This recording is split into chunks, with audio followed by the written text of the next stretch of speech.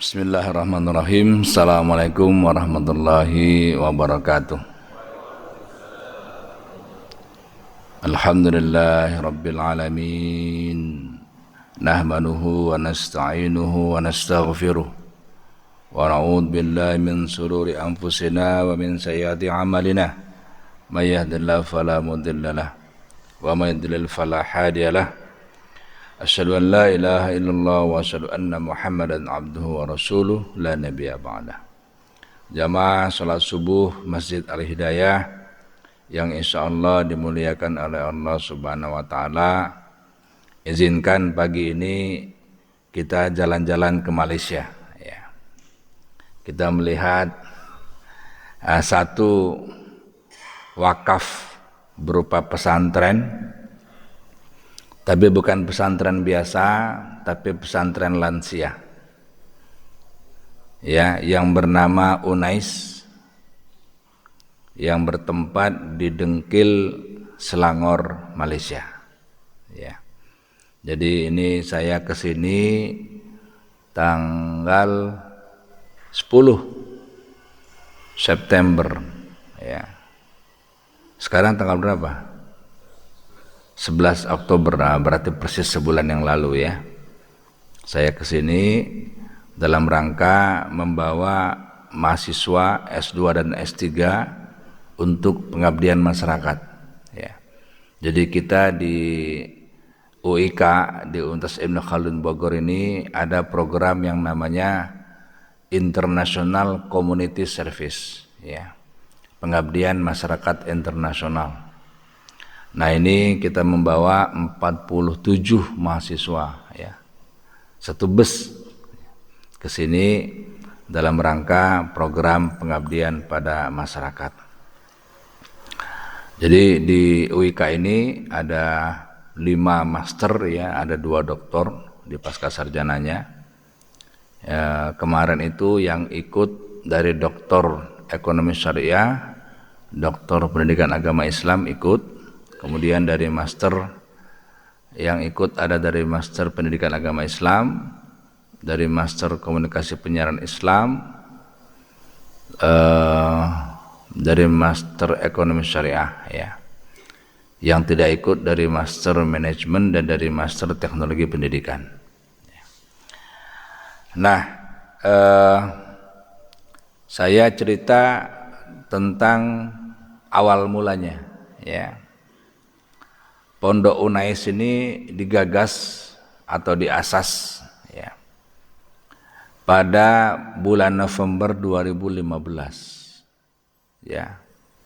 Itu masih satu bangunan kecil saja di tengah-tengah apa ini, dibilang sawah bukan sawah, bilang kebun bukan kebun ya. Ini lokasinya di Dengkil, Selangor ya. Ini daerah mungkin kalau kita tuh kayak daerah Sentul gitu ya. Jadi di tengah-tengah hutan, tapi bukan hutan-hutan gede ya, tengah-tengah hutan. Yang jelas ini jauh dari pemukiman, jauh ya. Jadi kalau santrinya pengen keluar mesti naik kereta ya, anak kereta mesti naik mobil kalau mau keluar. Nah ini digagas bulan November 2015, kemudian pada bulan Agustus 2018 itu ditambah bangunannya ya. Nah, jadi mungkin karena santrinya bertambah ya, maka ditambah lagi bangunannya. Dan pada bulan Maret 2019 mulailah dibangun besar-besaran ya. Kenapa? Karena ini pembangunan yang digagas 2019 ini dia harus mampu menampung 100 santri ya. Satu santri 2 kamar berarti 50 kamar ya. Nah itu kemudian September 2019 jadilah seperti itu ya. Nah ini kalau kita lihat dalam 4 tahun dia langsung berkembang cepat karena memang keperluan, ya. Ya, kalau orang Malaysia bilang kalau kebutuhan itu negatif, ya. Nah, jadi bilangnya keperluan. Nah, bilik-biliknya, ya, kamarnya, ini kamar-kamar para santrinya itu ya seperti biasa, ya seperti biasa, seperti kamar kamar hotel melati lah, ya. Jadi dalam satu kamar itu ada 2 tempat tidur, ya kan. Kemudian dilengkapi dengan kamar mandi di dalam, kemudian diisi lagi dengan alat-alat yang lain, ya. Ini saya masuk ke 2 kamar, ya, ke kamar santriwan, ya. Yang pertama kamarnya berantakan, ya. Jadi walaupun ada 2 tempat tidur tapi yang ngisi 1 orang. Jadi di situ ada kompor, ya, tapi bukan kompor yang itu, ya, tapi yang kompor listrik itu, ya. Kemudian ada macam-macam karena mereka boleh masak di kamar, ya.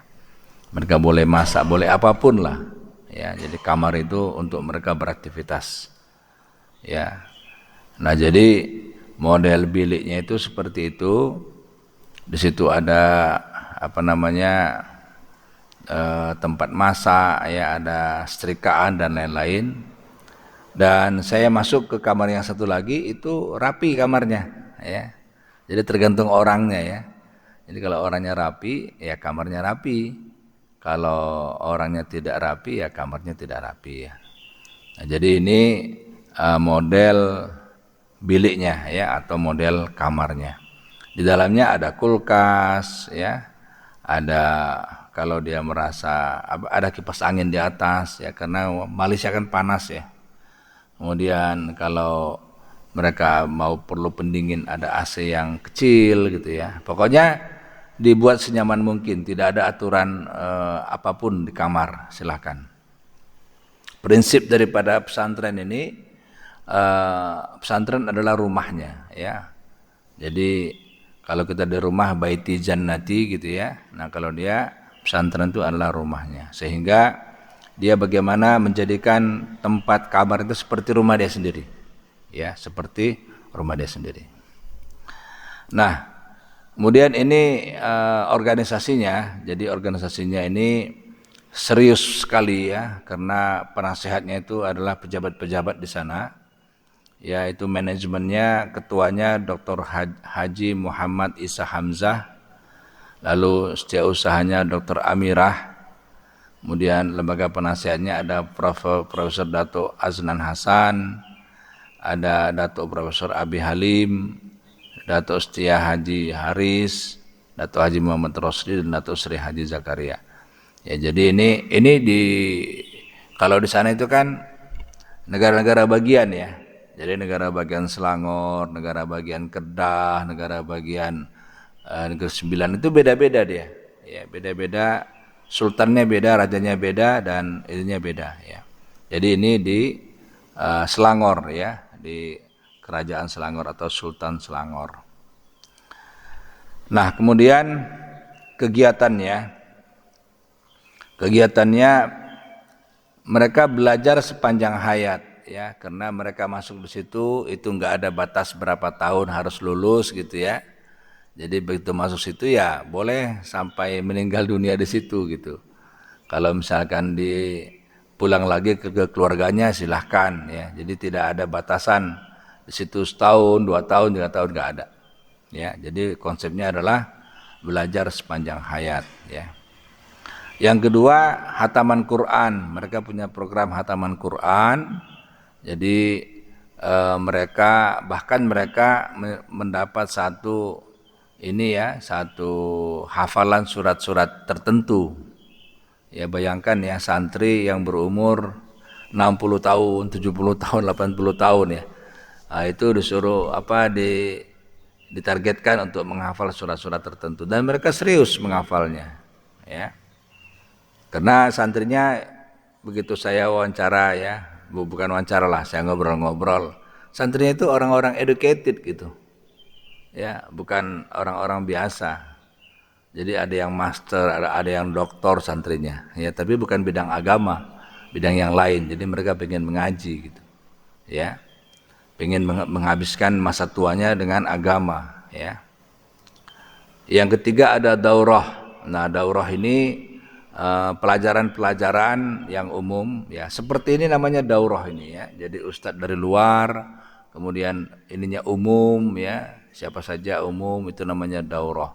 Sebab kalau di pesantren, ustadznya ya ustadz pesantren dan santrinya juga santri pesantren khusus, ya. Tapi kalau dari luar itu namanya daurah, dan di sana daurah itu dikenakan iuran, ya. Nah, kemudian yang keempat ada open house. Nah, open house ini kalau mereka lebaran tidak pulang, ya, di situ saja mereka bikin open house, ya.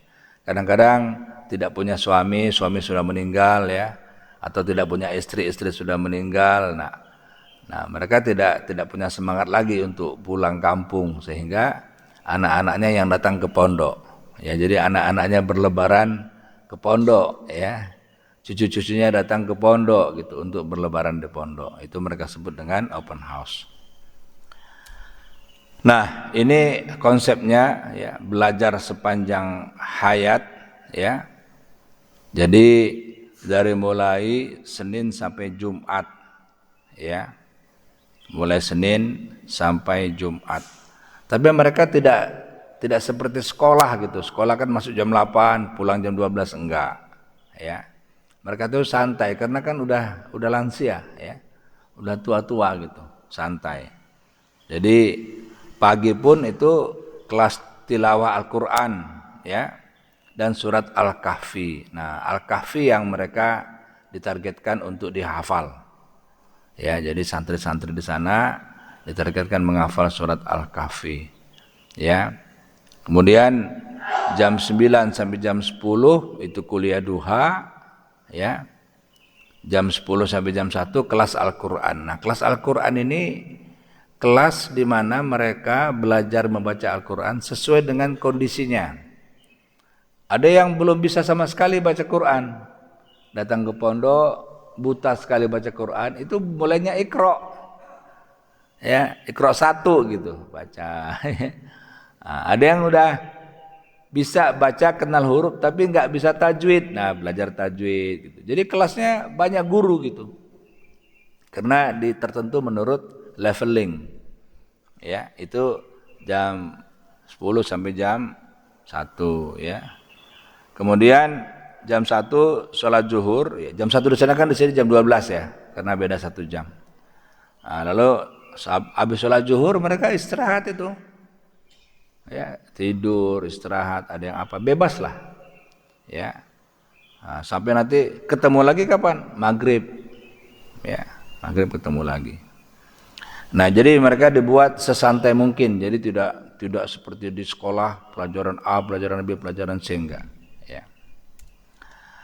Nah, ini model hataman Quran mereka, ya. Tahun lalu hatam Quran Ramadan 2024, ya, mereka menghatamkan Al-Quran, ya, di pondok mereka dengan mengundang beberapa ulama-ulama di sana, ya. Dan ini santrinya lebih banyak perempuan, ya. Nah, pas saya ke sana itu ada kurang lebih 100 orang, yang laki-laki itu hanya 15 orang, ya, yang perempuan 85 orang, ya. Banyak sekali perempuan, ya, nenek-nenek lah kalau bahasa kita, ya, nenek-neneknya banyak sekali, ya. Nah, kemudian ini daurah, ya. Nah, daurah ini ya seperti ini, kuliah pakai slide, ya, mereka belajarnya di meja, ya, karena ruangan aulanya sangat luas, ya, mungkin 2 kali masjid ini luasnya ruangan aulanya itu. Jadi mereka sangat leluasa untuk mereka bisa belajar, ya. Jadi mereka datang ke sana, memang mereka ke sana itu untuk belajar memang, ya. Jadi saya ngobrol dengan manajemennya, mereka bilang ini pondok pesantren, pondok pendidikan, bukan pondok penitipan. Nah itu ya. Apa bedanya pondok pendidikan dengan pondok penitipan? Kalau pondok penitipan anaknya datang bawa orang tuanya, Pak ini tahu titip anak ibu saya, titip bapak saya, itu nggak akan diterima. Nggak akan diterima. Kenapa? Karena dia ketika mau daftar diwawancara dulu sama pihak manajemen. Apa motivasinya ke sini? Kalau jawabannya diantar anak, nggak akan diterima. Balikin lagi. Karena ini bukan pondok penitipan. Ini pondok pendidikan. Jadi ketika diwawancara, saya pengen belajar ya. Saya masa tua saya ini saya ingin lebih dekat kepada agama. Saya pengen menghabiskan hidup saya dengan Al-Qur'an misalnya. Itu diterima tuh. Ya. Nah, yang kedua kalau pikun. Nah, ya. Kalau pikun kan ketahuan tuh, kalau pikun diwawancara kan ketahuan. Ditanya A jawabannya B gitu kan. Nah, kalau pikun nggak akan diterima. Dibalikin lagi ke anaknya. Ya, nanti bisa mengganggu yang lain. Ya. Jadi konsepnya dia harus mandiri. Satu kamar ya sendiri dan mandiri. Ya. Nah, itu dia. Jadi walaupun ada kasur dua, tapi pada prakteknya mereka tinggal sendiri sekamar karena kamarnya banyak banget ya. Jadi kalau memang bisa satu-satu, tapi kalau sudah penuh baru dibuat 2 orang 1 kamar.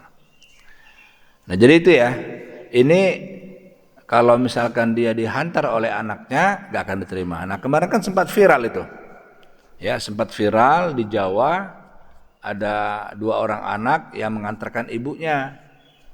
Ya, menitipkan ibunya dengan catatan nanti kalau misalkan ibunya di sini saja sampai nanti meninggal, ya.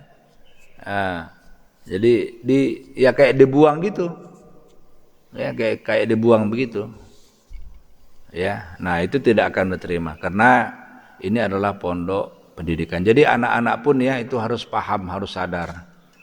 Memang merawat orang tua yang sudah pikun itu berat. Ya, tapi itulah ujian kan? Itulah ujian. Lucu juga kadang-kadang kan kalau orang udah pikun itu, dia baru makan. Betul bilang, "Loh, saya belum makan," katanya. Padahal baru makan.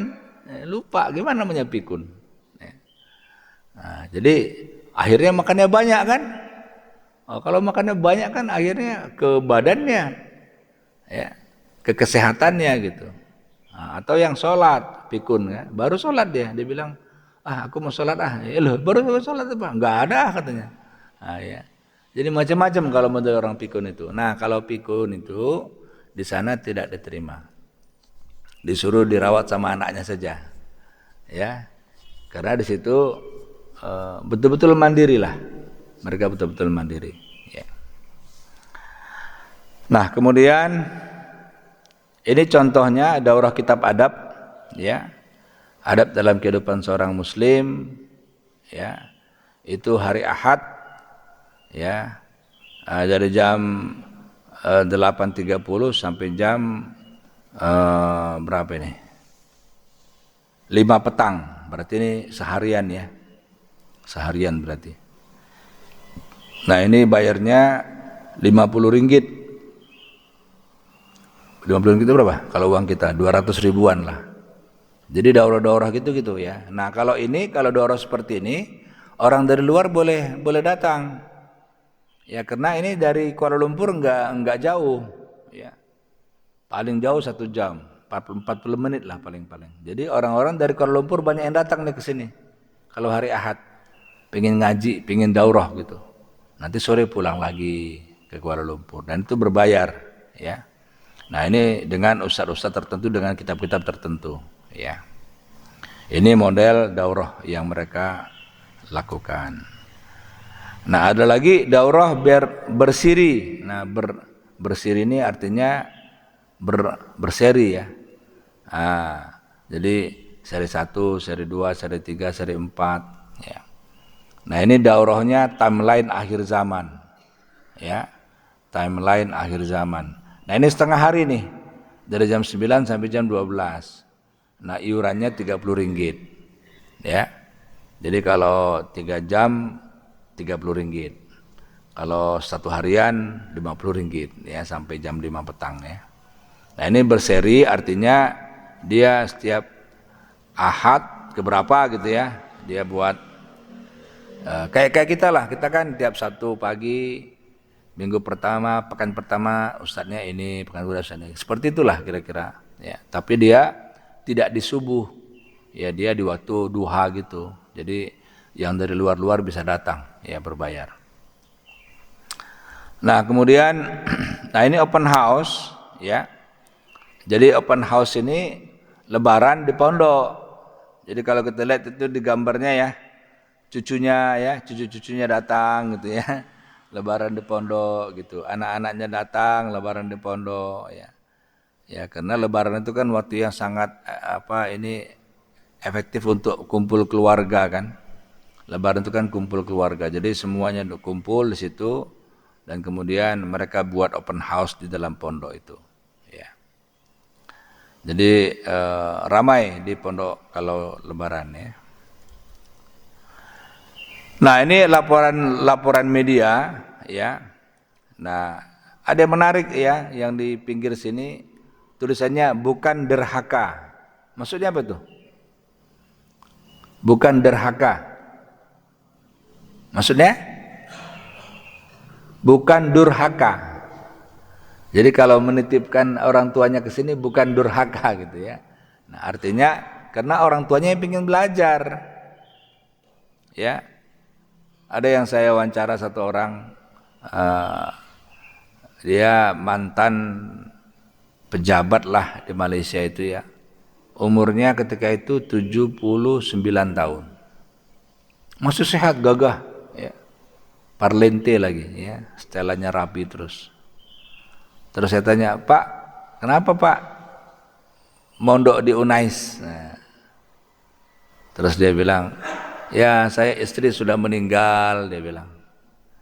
"Anak-anak udah punya rumah sendiri. Saya di rumah sendirian. Nah, jadi kalau saya di rumah sendirian, saya paling," dia bilang, "tengok TV aja."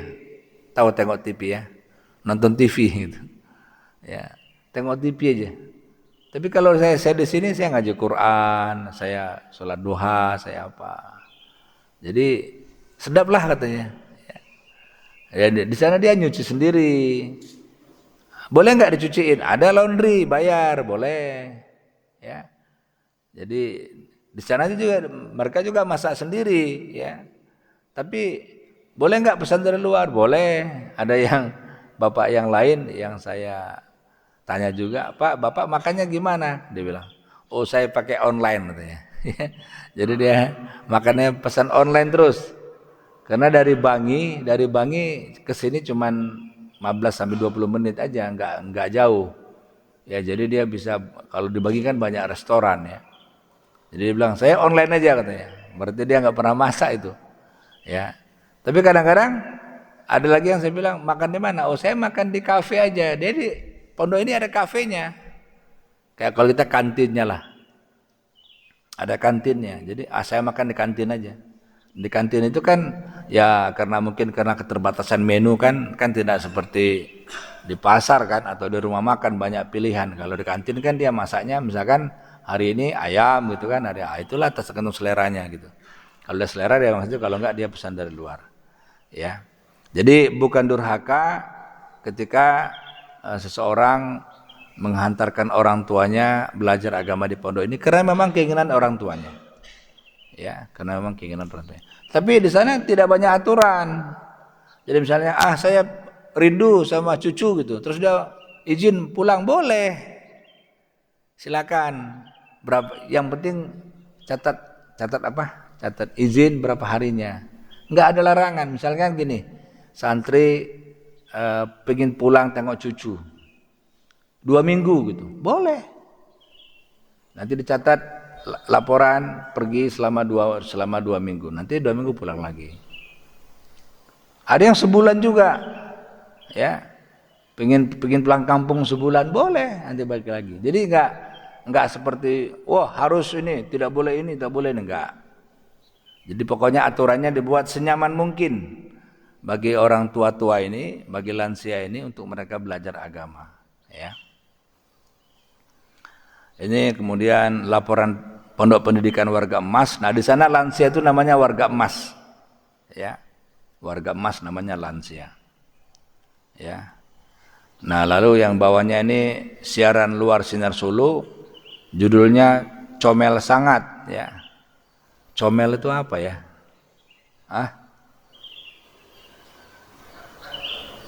Ganteng ya. Comel sangat, pakcik dan makcik. Kalau makcik berarti cantik ya. Ganteng dan cantik penghuni Pondok Unais ini. Nah, ini sahabat wakaf Pondok Unais. Nah, jadi para jamaah sekalian, Pondok Unais ini digagas dari dana wakaf. Ya, bekerjasama dengan Badan Wakaf Selangor dan juga wakaf-wakaf dari masyarakat. Jadi ketika dibangun, tadi misalkan dibangun tahun 2019 100 kamar. Itu satu kamar dilelang. Siapa yang mau berwakaf satu kamar? Ya. Satu kamar. Oh saya sudah. Nanti di pintunya dibuat nama dia. Ya. Nah, jadi misalnya yang wakaf Pak Anton gitu ya. Nanti di pintunya itu nama Anton. Nah, bagaimana kalau misalkan orang masuk itu bayar nggak? Ya bayar. Nah, namanya kan wakaf produktif kan, tidak lantas gratis, enggak, bayar. Ya. Cuman kalau dia yang berwakaf bayarnya murah. Ya, tapi kalau dia enggak berwakaf di situ bayarannya ya standar. Ya. Karena untuk biaya itu kan cukup besar. Ya. Nah, jadi mereka di situ. Bagaimana kalau yang berwakaf sudah meninggal? Ya sudah diwakafkanlah di situ ya. Jadi dia nggak tinggal di situ lagi. Kebanyakan orang yang berwakaf di awal itu adalah orang-orang yang mau pondok pesantren Unais ini. Mereka mau belajar gitu. Sudah saya wakaf satu kamar gitu. Mereka tinggal di situ. Nah, kalau meninggal ya diwakafkanlah untuk pondoknya. Ya. Nah, jadi milik pondok. Ya, milik pondok manajemennya ya. Kalau wakaf kan milik Allah ya, bukan milik yang lain. Nah, ini banyak orang-orang yang datang ya untuk memberikan wakafnya ya. Ada juga yang anaknya. Ya, biasanya kan yang bayar anaknya sih. Mau kirim orang tuanya ke situ untuk pondok, anaknya yang berwakaf satu kamar itu, satu bilik ya. Nah, itu sehingga mereka bisa ini. Nah, kemudian ini ada kunjungan dari beberapa lembaga. Yang pertama, ini contoh saja ya, bukan berarti hanya 4 ini yang berkunjung, ramai. Ya, ini contoh saja. Pertama, uang persaraan Malaysia. Ya, kalau artinya dana pensiun ya. Uang persaraan itu dana pensiun. Lalu Kementerian Perumahan dan Kerajaan Tempatan, maksudnya Selangor. Lalu Koperasi Indonesia. Ini BMT Beringharjo Jogja sudah ke sini. Ya. BMT Beringharjo Jogja. Kemudian Pasca Sarjana UIK Bogor ya. Ibnu Khaldun Bogor. Nah, ini lawatan kumpulan uang persaraan Malaysia. Ini diterima di ruang tamu. Ruang tamunya besar ya. Ruang tamunya besar. Setengah inilah kalau saya nggak salah ya. Karena saya sudah masuk ke sini. Setengah ini, jadi mereka nyaman di situ, bisa ngobrol ya.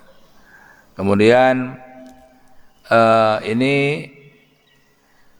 ini posisinya Pondok Unais ini di bawahnya kafe nih, di atasnya kamar ya. Nah, ini kantin, di bawahnya di atasnya kamar. Ini lawatan Kementerian Perumahan dan Kerajaan Tempatan ya. Jadi Selangor berarti kalau ibarat kita ada provinsi berarti ini lawatan dinas perumahan provinsinya, kira-kira gitulah. Ya. Kemudian ini lawatan Koperasi Indonesia, ini yang Beringharjo itu ya. Mereka juga sudah ke sini. Kemudian ini lawatan Pasca Sarjana UIK Bogor dalam rangka program pengabdian masyarakat. Ini kita lihat ya, para santrinya yang tua-tua yang duduk di dinding ya, yang kursinya di dinding ini adalah para santrinya yang sedang diwawancara, yang sebelah kanannya itu mahasiswa kita, S2, S3 kita ya. Nah kemudian nah ini Pondok Unai sekarang dan yang akan datang. Jadi ternyata pondok seperti ini tidak hanya satu di Malaysia itu, ya, tapi akan ada 5, ya. Tapi memang awalnya dari Sedengkil, Sungai Buah Dengkil Selangor ini. Dari situ kemudian dikembangkan di Kedah, di Terengganu, ya. Kemudian mereka buat rumah persaraan, ya. Dan terakhir mereka buat di Negeri Sembilan. Nah, yang di Negeri Sembilan ini mereka bekerja sama dengan Kampung Maghfirah, ya, Ustadz Hatta yang di Caringin, ya.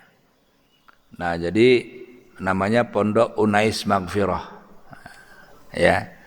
Nah, jadi ketika saya ke sana saya tahu ini, saya telepon Ustadz Hatta. Kebetulan Ustadz Hatta dengan saya satu alma mater di Pakistan, ya. Saya telepon Ustadz Hatta, Ustadz, dia bilang ini betul nih kerjasama dengan Pondok Unais untuk membangun pesantren lansia di Negeri Sembilan. Jawabannya iya betul katanya. Ya kita mau gagas di sana. Ya. Jadi ternyata pondok itu bisa dibangun oleh 2 negara ya. Indonesia, Malaysia bisa bikin pondok di sana gitu. Ya. Nah ini yang kalau kita lihat yang tadi Pondok Unais Dengkil yang kita kunjungi ya, ini kalau dari atas begini potretnya. Jadi panjang sekali itu kamarnya itu ya. Itu kamar semua itu. Ya, kiri kanan kamar, yang tengahnya itu baru masjid, ada aula, ada ruangan, ada apa, dan ada di sana klinik. Kalau sakit itu ada kliniknya di situ dan ada dokternya juga, ya, di situ. Jadi memang sudah lengkap semuanya di situ ya. Nah ini mereka juga menginginkan sumbangan derma dan wakaf ya untuk membangun pondok pesantren ini ya. Nah ini yang Pondok Unais Hosbah Kedah ya. Nah ini kalau kita lihat juga desainnya juga tinggi ya. Berapa lantai itu? 1, 2, 3, 4 lantai ya. Dengan paling tidak juga 100 kamar ya. Modelnya, lalu di sebelahnya ada masjidnya terpisah kalau di sini modelnya.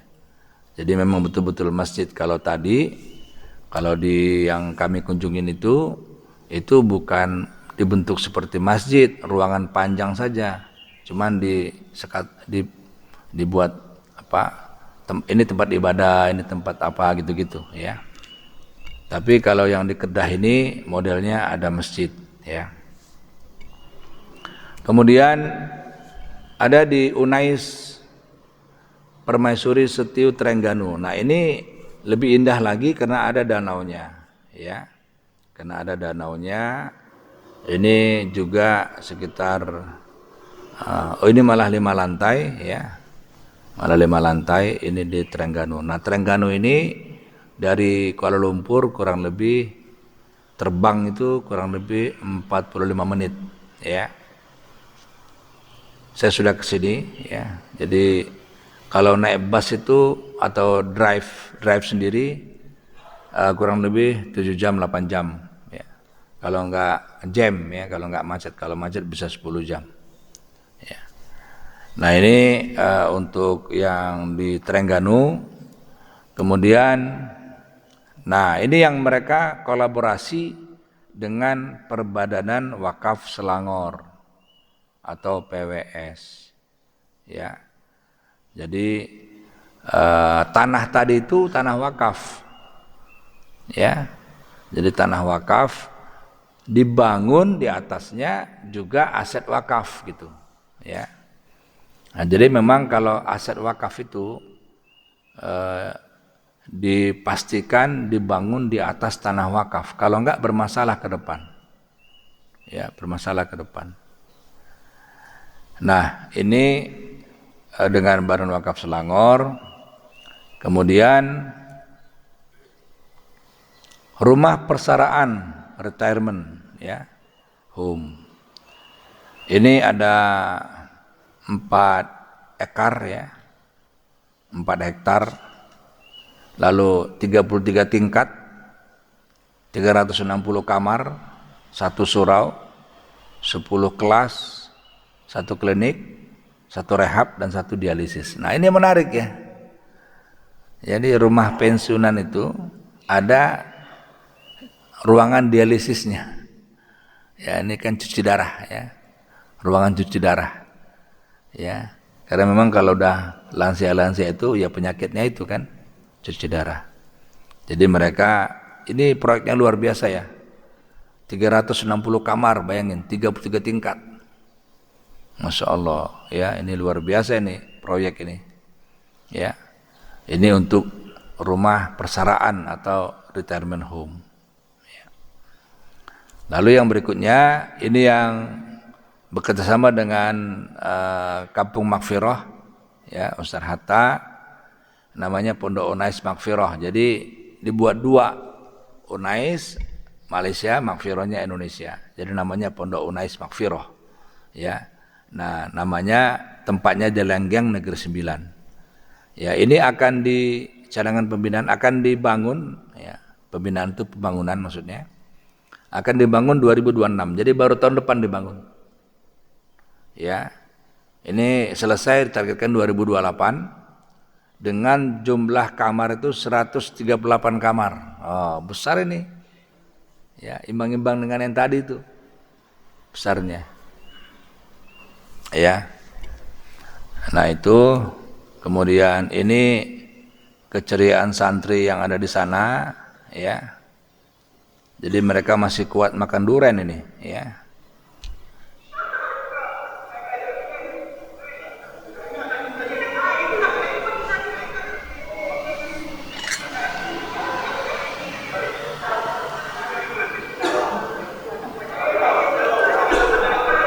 Itu yang tidak pakai jilbab itu yang mewawancara mereka dari luar, ya, bukan santri di sana, bukan. Yang santrinya yang pakai hijab-hijab itu. Tuh makan durian tuh, masih kuat gak makan durian? Hah? Masih kuat gak makan durian? Mereka makan durian loh. Ya. Lansia-lansia makan durian. Nah, tuh. Makcik semangat makan durian sama pakcik juga, ya.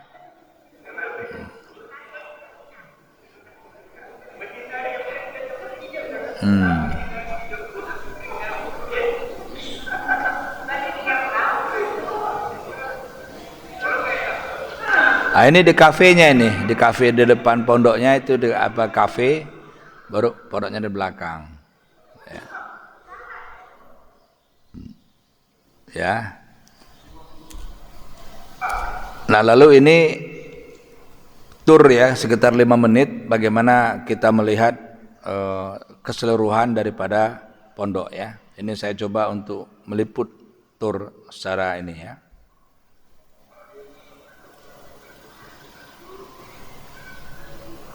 Oh, suaranya tidak ini, ya, tidak keluar, ya. Baik, jadi ini saya di halaman belakang, ya, belakang samping lah gitu, ya.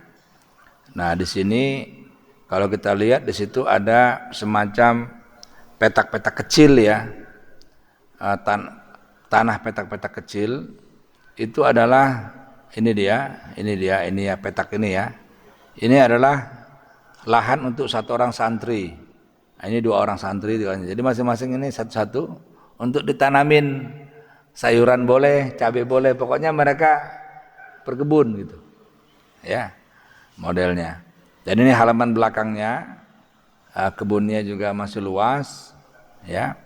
Ini parkiran, lalu kemudian di belakang parkiran itu ada kayak danau, jadi untuk buat dingin. Ya, nah ini ruangan-ruangannya ya. Nah, jadi kita lihat konstruksinya 2 lantai semua ya. Oh ya, jadi nah ini kita coba lihat, kita lewat telusur modelnya seperti ini. Sebelah kanan ini kamar-kamar santri, sebelah kiri ini kantor-kantor dan masjid dan aula ya. Jadi ini kita coba turun, ini cukup panjang soalnya ya, dari depan. Ini aula umum. Ini ya, ini besar sekali aula umumnya. Ini bisa tempat makan, bisa tempat belajar ya. Kalau acara yang tadi yang kami ke sana itu di sini tempatnya ya, karena orangnya banyak ya. Jadi 100 orang tambah student kita ada 150 orang lah kurang lebih situ ya. Dan ini kita mau lihat suraunya ya. Surau itu musola kalau kita ya. Nah, ini suraunya ya. Nah, jadi suraunya itu di depan laki-laki, di belakang perempuan. Jadi ruangan petak aja gitu ya. Seluas inilah suraunya ya. Nah, kemudian ini kamar-kamar. Nah, ini salah satu santrinya ya sedang angkat jemuran ya. Barusan angkat jemuran, kita sapa. Ini umurnya 74 tahun ya. Nah, ini nenek-nenek ya. Saya tanya, senang nggak di sini? Senang katanya. Ya. Jadi mereka ngurus diri sendiri, cuci sendiri, jemur sendiri, setrika sendiri. Tapi kalau mereka malas, tinggal kirim ke laundry. Ya. Nah, jadi itu tadi. Lalu ini kita masuk ke ruang tengahnya itu. Di sini ada lift ya. Jadi disiapkan lift untuk, walaupun cuma ke lantai 2 disiapkan lift karena ada yang nggak bisa naik tangga. Ya. Kemudian ini bilik perawatan ya. Bilik perawatan itu klinik ya. Jadi kalau sakit di situ dirawat segala macam di situ karena ada dokternya ya.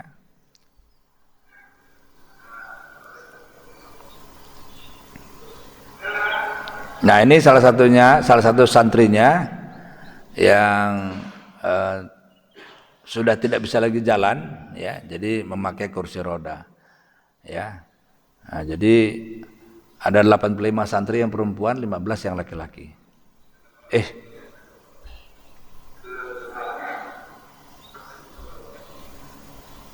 Udah tadi ya. Ini sudah. Nah, ini perawatan itu dia. Nah, itu santrinya lewat, yang tadi yang happy dia tinggal di situ, ya. Happy dia. Nah, itu neneknya, ya. Nah, ini apa ini? Nah, ini ruang tamunya. Nah, ruang tamunya ini besar, ya. Itu ya. Cukup besar itu. Itu ruang tamunya yang tadi dana pensiun menerima tamunya di sini ya.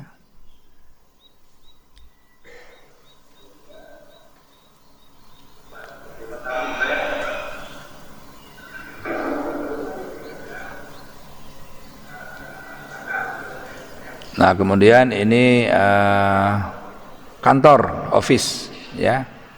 Jadi kantornya itu ada orang yang kerja, memang ya manajemennya lah yang ngatur ya, ngatur para santri.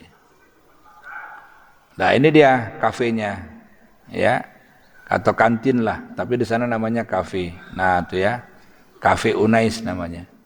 Jadi kantin lah, masak di situ ya, makan di situ, orang-orang yang datang makan bayar di situ ya. Itu kantin. Kita pun waktu kita datang kemarin kita makan di sini. Nah, ini ya suasananya. Nah, ini dia suasananya. Cafe Unais ya. Jadi itu tempat mereka makan ya. Cukup besar dan kipas angin di atas karena memang panas kan kalau di sana itu ya. Nah, ini sebelah sana kamar lagi tuh. Ya, jadi kamar di sini tengah-tengahnya seperti ini.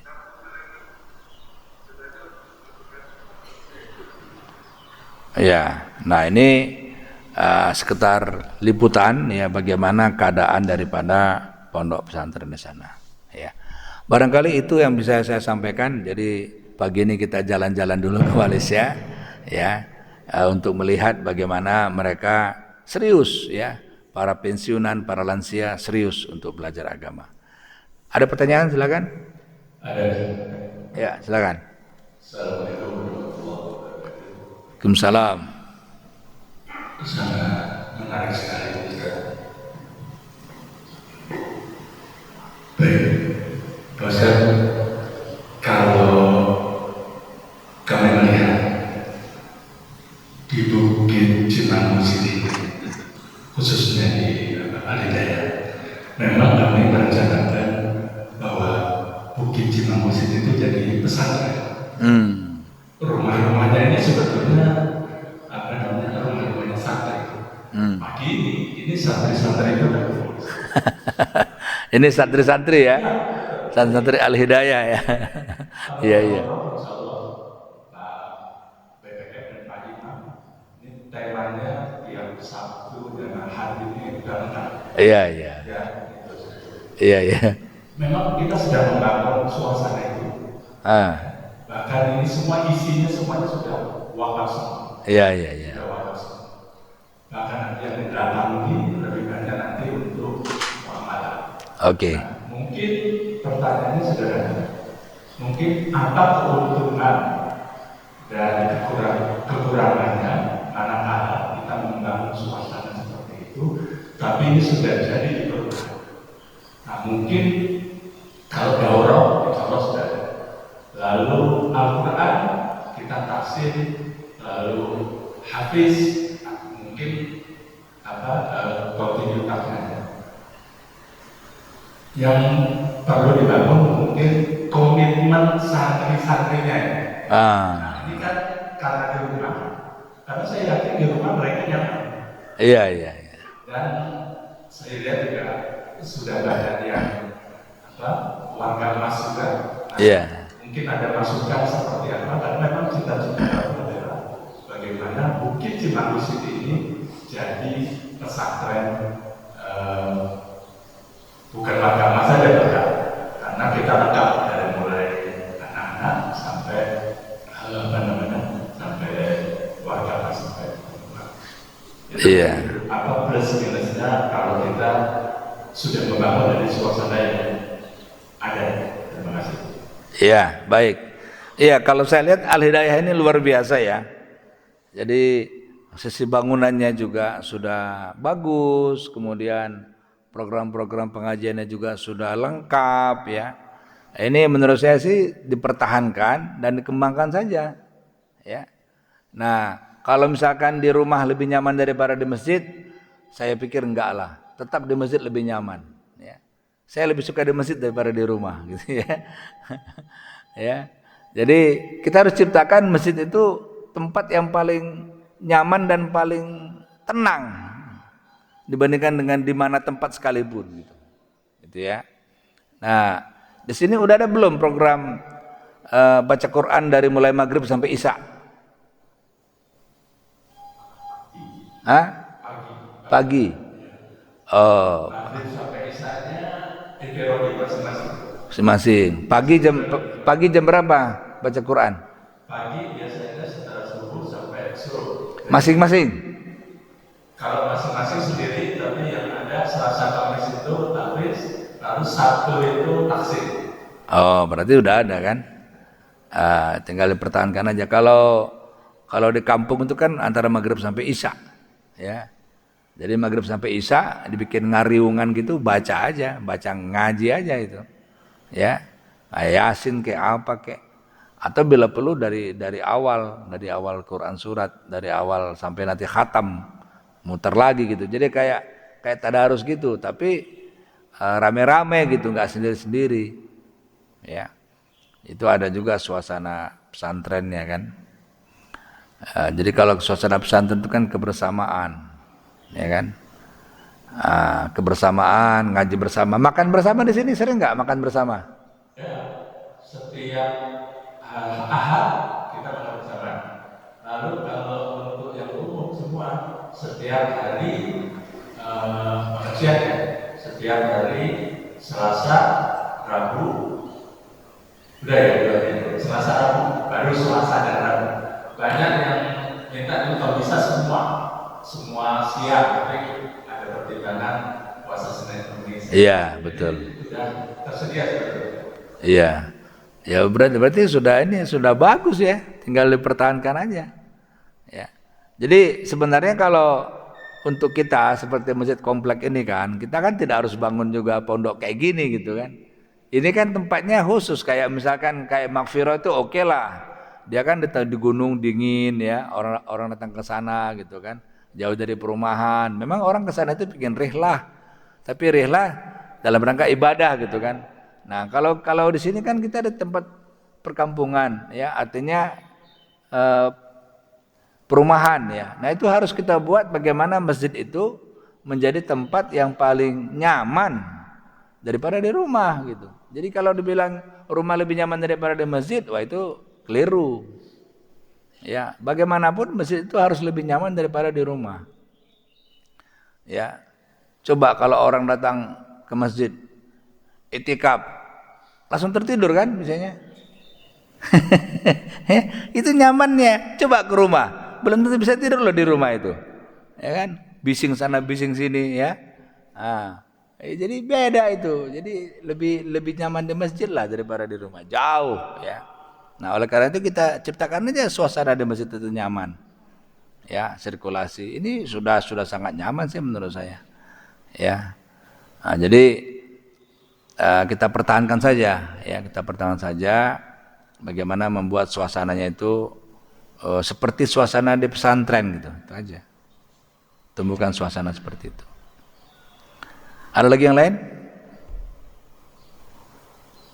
Cukup ya. Baik, kalau gitu kita tutup dengan doa kifarat majelis. Subhanakallahumma wa bihamdika asyhadu an la ilaha illa anta astaghfiruka wa atubu ilaik. Assalamualaikum warahmatullahi wabarakatuh.